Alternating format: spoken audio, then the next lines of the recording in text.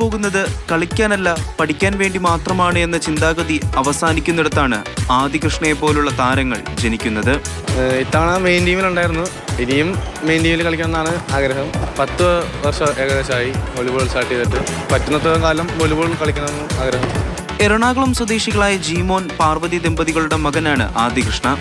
കോട്ടയം ഗിരിദീപം ബദനി സ്കൂളിലെ 11ാം ക്ലാസ് വിദ്യാർത്ഥിയായ ആദി 16ാം വയസ്സിൽ നേടിയെടുത്തത് ആരും കാണുന്ന സ്വപ്നം.